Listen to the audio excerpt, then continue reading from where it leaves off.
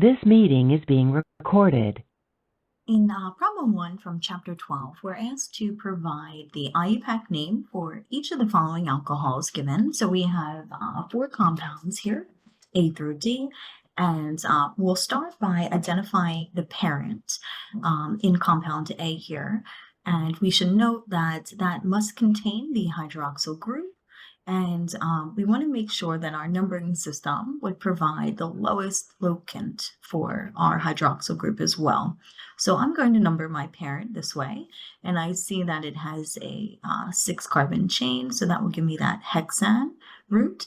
And I see that my alcohol functional group, my hydroxyl functional group's on carbon 2. So this parent will be a hexane 2-ol. And I'm then going to identify and name my substituents. So I see a methyl group on carbon 2, so I have a 2-methyl. And then on carbon 5, I see 5,5-dibromo.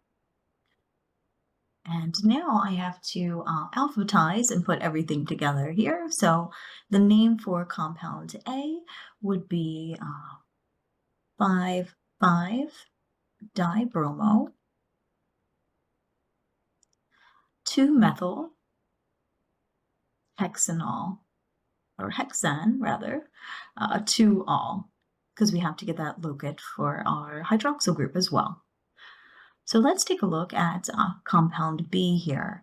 And we're also asked to provide the IUPAC name, so we know that we need our numbering system to include the lowest locant for our hydroxyl group. So I see in my parent now a 5-membered chain, so I have a pentane parent, and my hydroxyl group is on the carbon 1, so I have a pentane 1-ol. And I see 3 substituents, so I have a 2, 3, 4. They're all the same, so trimethyl. And at my carbon 2 and 3, I see chiral centers, so I have to also identify the configuration for those. So let's number our priority here. So I see priority 2, 3 around carbon 2. So this would give me a configuration of 2s. And let's check out what our priorities would be around carbon 3. And we have priority 1 this way. R2 would be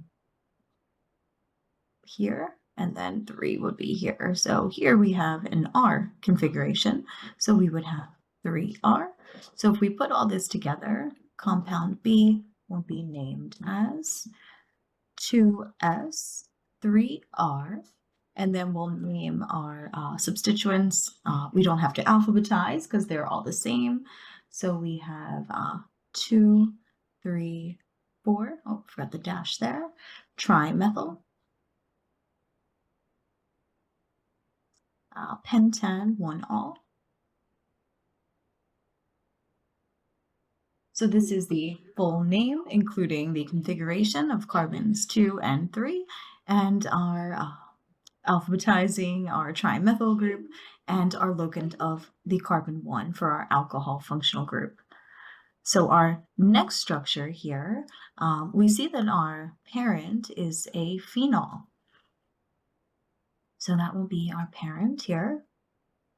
And we assume that the carbon 1 is our hydroxyl site. So that would be carbon 1. And then we have carbon 2, 3, 4, 5, 6. So we have 2 of the same functional group, 1 on carbon 2, 1 on carbon 6. So we have a 2,6-diethyl if we named our substituents. And if we put this all together, it would just be 2,6-diethyl phenol. And there's no chiral centers, so this is the final name for this structure. So see if you can use our process here and figure out the full name for compound D.